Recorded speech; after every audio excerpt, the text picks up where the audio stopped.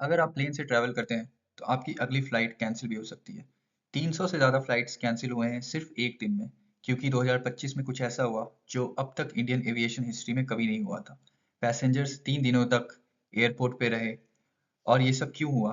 तो देखिए, एक तरफ तो स्पेस में जो सोलर रेडिएशन आ रहे हैं उसकी वजह से एयरक्राफ्ट का जो कंट्रोल है वो लॉस हो जा रहा है, और दूसरी तरफ गवर्नमेंट ने नए रेगुलेशंस इंप्लीमेंट किए हैं जो पायलट्स के लिए है, और इन कारणों से भी फ्लाइट्स डिले और कैंसिलेशन हो रही है। इंडिगो जो इंडिया की सबसे बड़ी एयरलाइन है, जिस पे अप्रॉक्स 60% लोग ट्रैवल करते हैं, वो इस स्टॉर्म के बीच में फंस गया है। और सबसे स्केरी बात ये है कि ये आपके अगले फ्लाइट को भी कैंसिल कर सकती है। तो चलिए समझते हैं आखिर में हुआ क्या है। इंडिगो 60% फ्लाइट्स ऑपरेट करता है इंडिया के, और लगभग 2300 फ्लाइट्स एक सिटी से दूसरी सिटीज जा रही होती है। और इंडिगो के पास 180 एयरक्राफ्ट्स हैं। तो बेसिकली अगर इंडिगो रुक जाए तो इंडियन एविएशन इंडस्ट्री पे बहुत ज़्यादा इम्पैक्ट पड़ेगा। रिसेंटली इंडियन गवर्नमेंट ने FTTL flight duty time limitation regulation को स्टार्ट किया है। आसान भाषा में कहें तो ये एक रेगुलेशन है जो डिसाइड करता है कि पायलट एक दिन में कितने घंटे फ्लाई कर सकता है। क्यों? क्योंकि अगर पायलट एग्जॉस्टेड हो जाए, फटीग्ड हो जाए, थक जाए, तो वो गलत डिसीजन ले सकता है, और एग्जॉस्टेड पायलट से एक्सीडेंट भी हो सकता है। तो गवर्नमेंट ने ये नॉर्म सेट किया था 1 नवंबर 2025 से, जिसके अनुसार पायलट्स को ज़्यादा रेस्ट डेज देने पड़ेंगे और नाइट लैंडिंग्स को भी रिस्ट्रिक्ट करना पड़ेगा। अब बात करते हैं A320 फ्लाइट्स की। अक्टूबर 2025 में एक जेट ब्लू फ्लाइट एक बहुत ही बड़ी प्रॉब्लम में आ गया। इसका रीज़न था सोलर रेडिएशन जो कि स्पेस से आ रही थी। उससे एयरक्राफ्ट का कंट्रोल सिस्टम करप्ट हो गया। इंडिया में लगभग 338 एयरबस A320 एयरक्राफ्ट हैं, और इंडिगो के पास 200 और एयर इंडिया के पास 113 हैं। तो ये कुछ इंसिडेंट्स हैं जो रिसेंटली हुई है, और इसको कंबाइन कर दिया जाए तो ये एक मैसिव ऑपरेशनल क्राइसिस बन गया है, जिससे लाखों लोग रेगुलरली अफेक्ट हो रहे हैं। अब देखते हैं इस क्राइसिस इवेंट का टाइमलाइन कैसे था। सबसे पहले 30 अक्टूबर 2025 को जेट ब्लू फ्लाइट कैनकम से न्यूयॉर्क जा रही थी। सडनली एक अनकमांडेड पिच डाउन सिचुएशन हुआ, मतलब एयरक्राफ्ट का नोज ऑटोमेटिकली नीचे चला गया, और इसका रीजन पाया गया सोलर रेडिएशन जो स्पेस से आ रही थी उसने फ्लाइट कंट्रोल सिस्टम को करप्ट कर दिया था। फिर इमरजेंसी लैंडिंग हुई। पैसेंजर्स तो सभी सेफ थे, लेकिन ये ग्लोबल वार्निंग था। फिर नवंबर 1 को इंडिया में FDTL रेगुलेशन को इम्प्लीमेंट किया गया। तो अब पायलट्स को ज़्यादा रेस्ट डेज देना पड़ेगा, और नाइट लैंडिंग्स भी रिड्यूस की। मतलब अचानक से इंडिगो को 400 से 500 पायलट्स की ज़रूरत पड़ गई। वही पायलट्स अवेलेबल नहीं है अब, इसी के कारण शेड्यूल को रिड्यूस करना पड़ रहा है, और डिलेज हो रही है, और कैंसिलेशंस भी हो रही है। उसके बाद नवंबर 28 और 29 को यूरोपियन एविएशन सेफ्टी एजेंसी ने इमीडिएट इमरजेंसी निकाला, जिसमें कहा गया कि 6000 एयरबस A320 एयरक्राफ्ट को सॉफ्टवेयर पैच देना पड़ेगा। ये पैच एक रात में पूरे फ्लीट को इंस्टॉल करना पड़ा, क्रूज को ट्रेन करना पड़ा, सिस्टम्स को रिवर्ट बैक करना पड़ा, और इसका रिजल्ट था कंप्लीट केओस। और फिर सबसे ज़्यादा इम्पैक्ट हुआ दिसंबर 3 और 4 को, जब इंडिगो की 300 प्लस फ्लाइट्स कैंसिल हो गई, और ऑन टाइम परफॉर्मेंस घट के सिर्फ 19.7% रह गया, और इंडिगो की स्टॉक भी 9% से ज़्यादा क्रैश कर।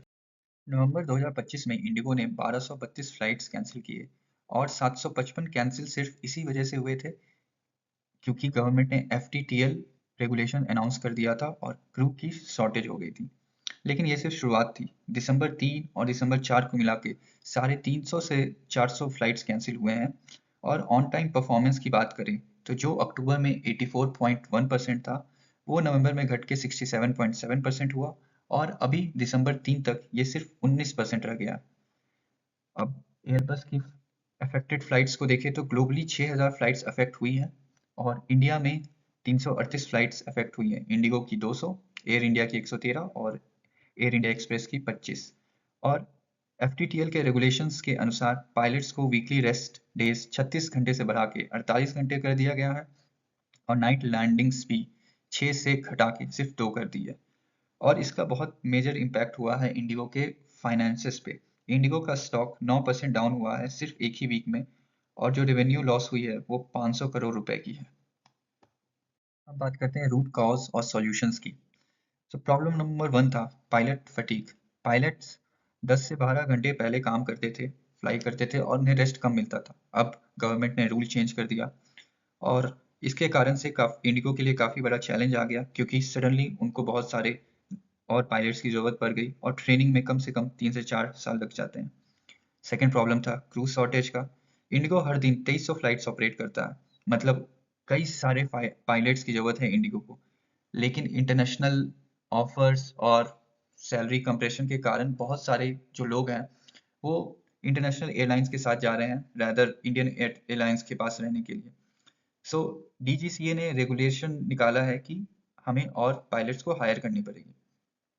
प्रॉब्लम थर्ड हुआ A320 सॉफ्टवेयर वनरेबिलिटी का। जैसा कि मैंने बताया कि सोलर रेडिएशन के कारण फ्लाइट कंट्रोल सिस्टम करप्ट हो गया। सो इसका सॉल्यूशन के लिए यूरोपियन स्पेस एजेंसी ने पैच निकाला, सॉफ्टवेयर अपडेट्स किए, जिससे कि ये प्रॉब्लम लगभग सोल्व हो गया। फिर चौथा प्रॉब्लम था poor planning bye Indigo. Indigo को पता था कि ये इम्प्लीमेंट होने वाला है, फिर भी इंडिगो ने अपने साथ सही प्लानिंग नहीं की, जिसके कारण इतना सारा केओटिक सिचुएशन डेवलप हुआ। डीजीसीए ने इसको इन्वेस्टिगेट किया है और पेनल्टीज लगाने की भी बात की है। फिर हुआ system failure. Baggage handling system है SITA, ये सर्वर्स पूरे वर्ल्ड में डाउन हो गई। इसके कारण से काफ़ी सारे डिलेज हुई बैगेज में और बैकअप भी था वो भी काम नहीं किया और इस कारण से काफ़ी मिसमैनेजमेंट हुआ। तो ये सारी जो चीज़ें थी ये एक के बाद एक हुई। अगर कोई एक क्राइसिस हो तो वो मैनेजेबल है, लेकिन इतने सारे क्राइसिस एक के बाद एक होने के कारण ये एक परफेक्ट स्टॉर्म में बदल गई और इसके कारण से लाखों पैसेंजर्स जो हैं वो अभी अफेक्टेड हैं। अब देखते हैं कुछ प्रैक्टिस MCQs जो आपके एग्जाम पॉइंट ऑफ व्यू से इंपॉर्टेंट हो सकते हैं। क्वेश्चन 1 है, under the new FTTL norms effective from November 1st 2025, the mandatory weekly period for pilot rest has been increased from how many hours to how many hours? इसका सही answer है option B, 36 to 48 hours। Question 2 है, the Airbus A350 software vulnerability that triggered the EASA emergency directive, EASA by the way है European Space Agency, on November 28th 2025 is caused by which of the following phenomena? इसका answer आप comment box में बताइए। मैंने इसको पिछले slides में discuss किया था, अगर आप भूल गए तो फिर से बैक जाके देख लीजिए एक बार। Question 3, according to DGCA data, how many flights did Indigo cancel during November 2025, with 755 of these attributed directly to FTTL implementation and crew constraint? So total flights जो थी 1232 थी और 755 flights जो थी नए FTTL regulation के कारण cancel हुई थी। Question 4. Indigo commands approximately what percentage of India's domestic aviation market, making it country's largest airline? तो इसका सही आंसर है option C, 60%। Question 5. Under the new FTTL norms, the number of night landings permitted for flight crew has been restricted to how many? Down from 6 per fortnight. तो इसको 6 से 2 कर दिया गया है, तो इसका सही आंसर है ऑप्शन बी। और question 6. The October 30, 2025 incident that exposed the Airbus A320 solar radiation vulnerability involved which airline flight and which route? So इसका सही आंसर है ऑप्शन बी, ये फ्लाइट कैनकन से नेवार्क जा रही थी। So thank you for your time guys and see you in next video.